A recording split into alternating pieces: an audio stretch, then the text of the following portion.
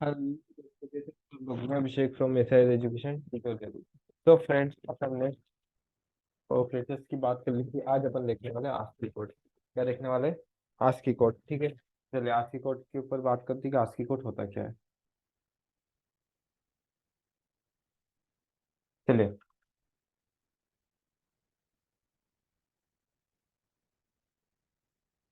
ASCII code American standard coded information for the interchange. चलिए, है ना। अब देखिए, आपकी जो कीबोर्ड की कीज रहती है ना, हर एक की का अपना एक कोड रहता है, और उसे अपन क्या बोलते हैं? आस्की कोड बोलते हैं। आपकी जो कीबोर्ड की कीज रहती है, और उस हर एक की का अपना एक कोड रहता है, और जिसे अपन क्या बोलते हैं? आस्की कोड बोलते हैं। ठीक है, मैं कुछ इंपॉर्टेंट आस्की कोड्स आपको बता देता हूँ। ठीक है, कैपिटल ए से कैपिटल जेड तक का आस्की कोड जो रहता है, वो 65 से 90 रहता है। स्मॉल ए से स्मॉल जेड तक का आस्की कोड जो रहता है, वो स्मॉल इससे स्मॉल जेड तक का जो आस्की कोड रहता है, वो 97 से 122 रहता है। और 0 से 9 तक का आस्की कोड रहता है, वो 48 से 57 रहता है। ठीक है, मैंने क्या बोला कि आपकी जो कीबोर्ड की कीज है, उन सबका अपना एक कोड रहता है, और जिसे अपन आस्की कोड बोलते हैं। ठीक है, अब इस पे बेस प्रोग्राम समझते हैं, ताकि आपको और अच्छे से क्लियरिटी हो जाए। मैं यूजर से कोई भी कैरेक्टर इनपुट लूंगा, और उसका मुझे आस्की कोड चाहिए। Input from user and take ASCII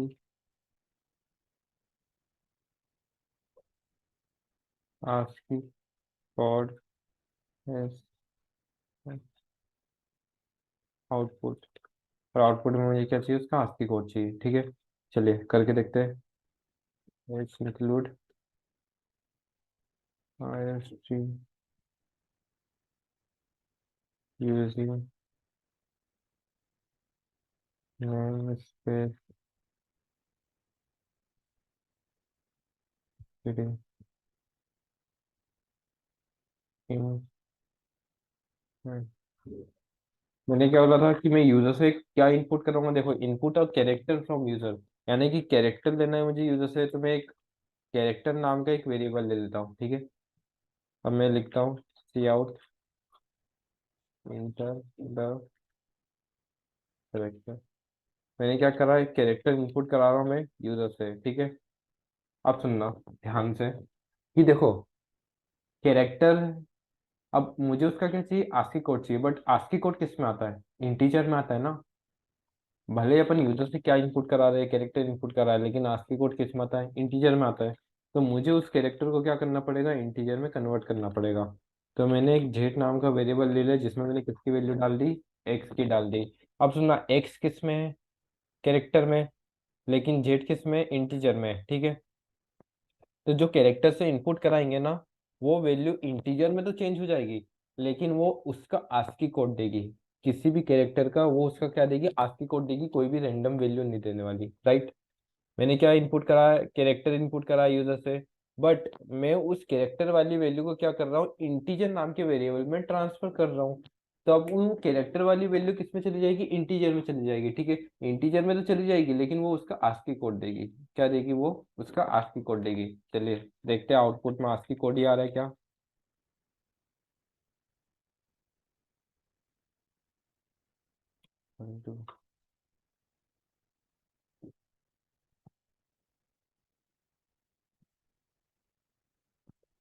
मैं कैपिटल ए करता हूँ, आस्की कोड 65। देखो, मैंने क्या बोला था? इनपुट अपन ने कैरेक्टर लिया, लेकिन आस्की कोड किस में आता है? इंटीजर में आता है। तो मैंने एक इंटीजर टाइप का वेरिएबल लिया, जिसमें कैरेक्टर की वैल्यू मैंने ट्रांसफर करा दी। और कैरेक्टर को कहा कि भाई सुन, तेरी जो भी वैल्यू है ना, तू इसमें इंटीजर नाम के वेरिएबल में ट्रांसफर कर दे। ऑब्वियसली बात है, जब वेरिएबल इंटीजर है तो कैरेक्टर वैल्यू एक्सेप्ट करेगा क्या? नहीं। बट वो उसका आस्की कोड एक्सेप्ट करेगा। क्यों? क्योंकि वो उसका आस्की कोड तो भाई उसमें रहता है, इंटीजर में। आया समझ में? तो कैरेक्टर वाली वैल्यू जब इंटीजर में ट्रांसफर हो रही थी, तो वो उसकी वैल्यू तो दे रहा था, लेकिन वो उसके आस्की कोड के इसमें दे रहा था। ठीक है, ये करवा देखते हैं, ताकि आपको और अच्छे से क्लियरिटी हो जाए। स्मॉल में डाल के देखता हूँ। 97, ठीक है। अब ऐसा करते हैं कि मैं कोई भी आखिरी कोड इनपुट कराता हूँ और वो उसके बदले मुझे कैरेक्टर देते हैं। मतलब मैं यूजर से आस्की कोड इनपुट करूंगा। Input ASCII code from user and take character of that ASCII code. मुझे क्या मिल जाए, कैरेक्टर मिल जाए।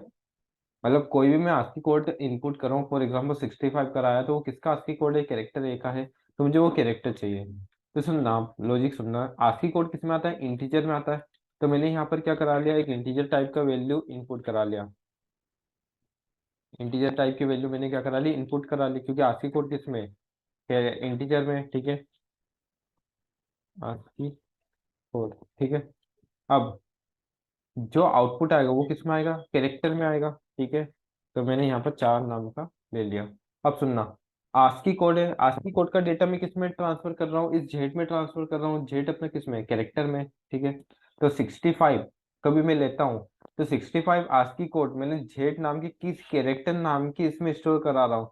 तो वो उसका आस्की कोड तो स्टोर करेगा, बट किसके रूप में स्टोर करेगा, उसकी वैल्यू के रूप में स्टोर करेगा, ठीक है। तो फिर इसलिए, ठीक है। तो आस्की कोड किस में जाएगा, वो उसकी वैल्यू किस में जाएगा। चलिए देखते हैं, यहाँ पर देखते हैं कैरेक्टर, कैरेक्टर किस में जाएगा।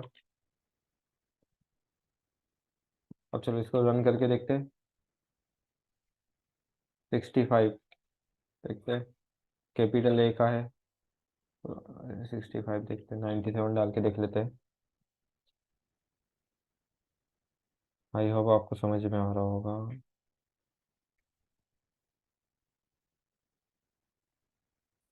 स्मॉल है, ठीक है। तो ये तो हो गया आस्की कोड का। तो आई होप आपको आस्की कोड समझ में आया होगा अच्छे से। अब बात करते हैं कंडीशनल स्टेटमेंट्स की, कि कंडीशनल स्टेटमेंट क्या होते हैं। चलिए इस पे काम करेंगे, अलग वीडियो बना लेंगे, क्योंकि आज की कोड फिर कंडीशनल स्टेटमेंट। तो आपको आज की कोड समझ में आया तो वीडियो को लाइक करें, सब्सक्राइब करें, शेयर करें। आने वाले लेक्चर्स में मैं कंडीशनल स्टेटमेंट की बात करूंगा, ठीक है। और भी आपको कोई डाउट हो तो आप मुझे कमेंट कर सकते हैं, ठीक है। चलिए, थैंक यू।